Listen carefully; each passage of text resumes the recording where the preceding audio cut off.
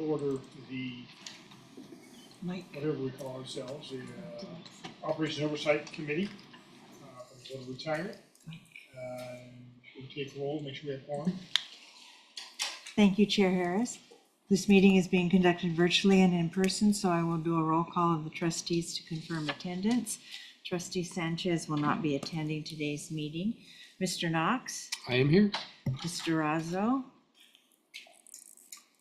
Mr. Razzo is here. Ms. Gray?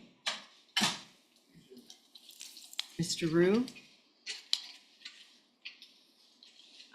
Mr. Oakham? Here. Mr. Green? Present. Mr. Robbins? Present. Mr. Moore? Mr. Kehoe? Present. Chair Harris. Here. Staff participating in the meeting include CEO Santos Kryman, Deputy CEO Louis Lugo, AEOs JJ Popowich and Laura Guglielmo, Chief Counsel Stephen Rice. Other staff and managers participating include Louis Gittins, Ricky Contreras, Elsie Gutierrez. Trustees, please use the raise your hand Zoom option to be placed in queue. At this time, we ask all meeting participants to mute your mics until you are ready to speak, and we may now proceed with the agenda.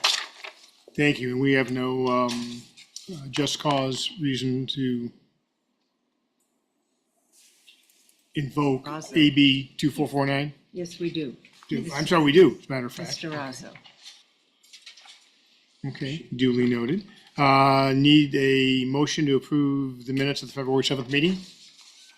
Move. Second. Take a vote. Mr. Knox? Aye. Mr. Moore? Mr. Green? Aye. Chair Harris. Aye. The motion passes unanimously. And do we have any public comment? No, we don't. I don't see anyone in the room indicating they are interested in making public comments. We'll move on to reports. Mr. Lugo, if you'd like to take us through your report. Yes, thank you, Chair Harris, committee members. The briefing before you, you have a status update on the relative projects that we have either in process, completed, or pending. We do want to provide an update on one of the projects that we've talked about, which is the PEPRA FAC, Final Average Compensation. This is a critical project. It's a coordination between us and the Auditor Controller's Office as it relates to our benefits team and the calculations of the benefits for our PEPRA members, both Plan G and Plan C safety. And JJ is going to give an update in terms of our progress with respect to that project. Thank you very much. So over the past year and a half, we've been working with the Auditor Controller to address the 099 embedded pay code issue. And just to refresh everybody's memory what that is, 099 is basically your base pay code for most county employees.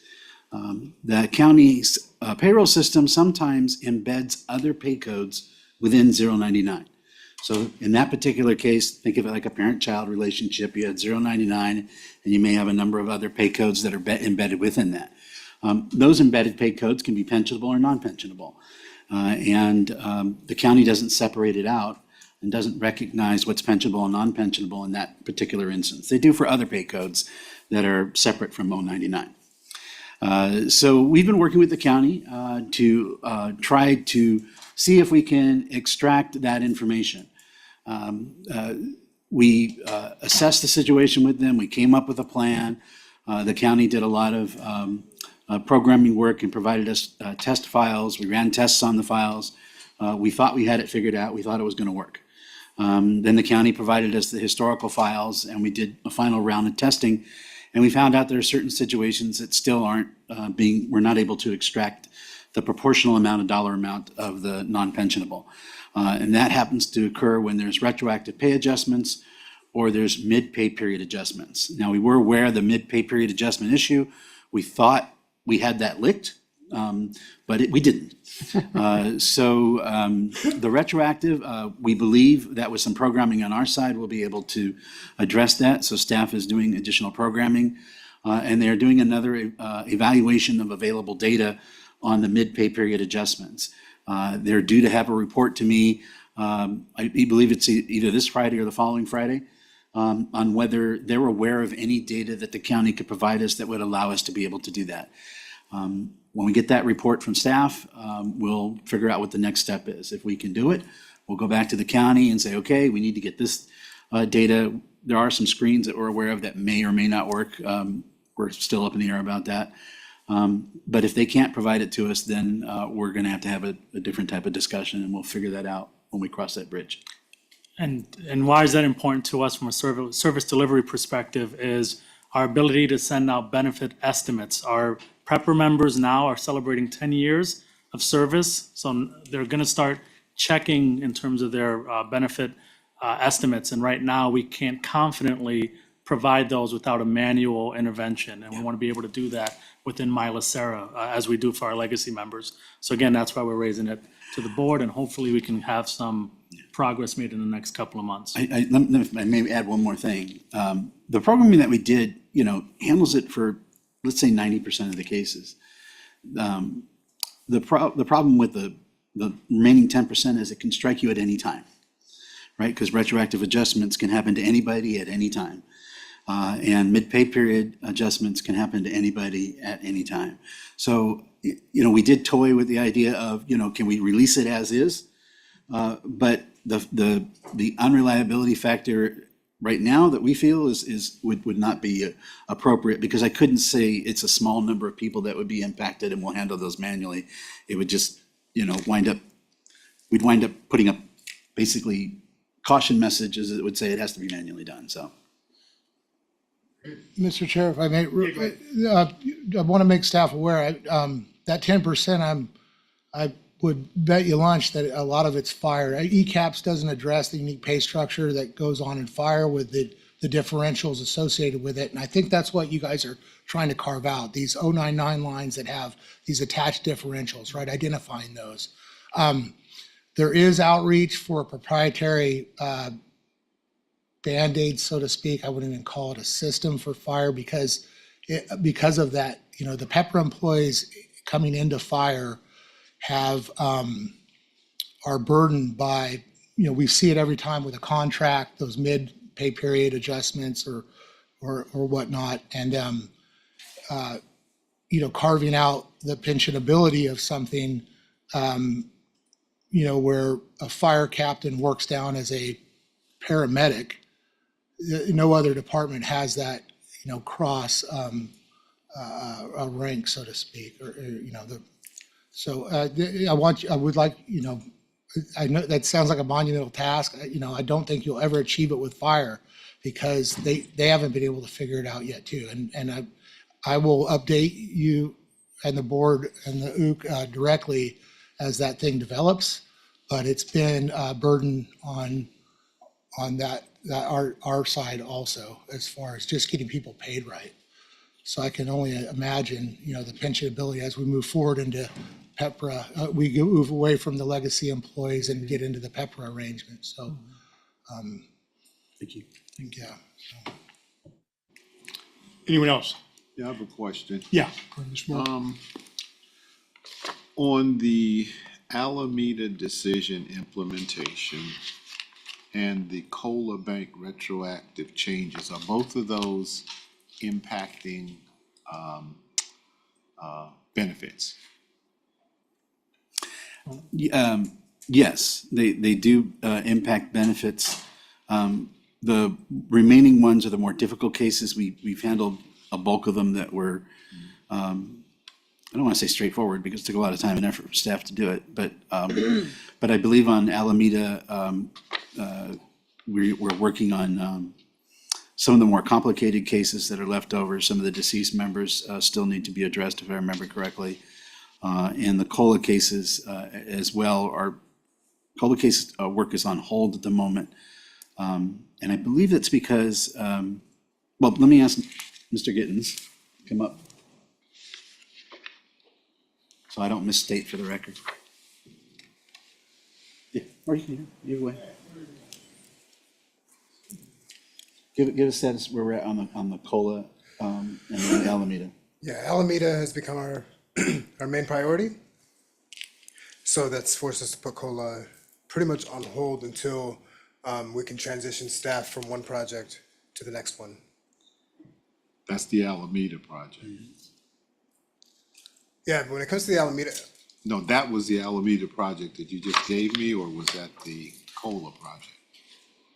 So the staff is currently working on finalizing the Alameda Right. remaining cases before they launch into the COLA project.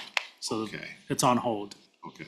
Can you tell me how much dollars are involved in these two projects? So you got any estimate of? I don't think, I mean, correct me if I'm wrong, but I don't think we have a dollar amount because the problem is you have to go in and open up each case and do the calculations to determine those. We know what cases are impacted. So for example, we have about 481 cases, I believe, still ongoing for the active members. Each one of those cases has to be opened up and recalculated to determine the impact to the member. So you could be clawing back money from people Correct. on both of these cases or just the one? I believe on these, most of these are cases we owe money. Okay. We made a specific decision to address those that would owe us first. Because, you know, as long as you owe us interest, well, back at that time before the board changed the collection policy, interest would have been due and we would have done that.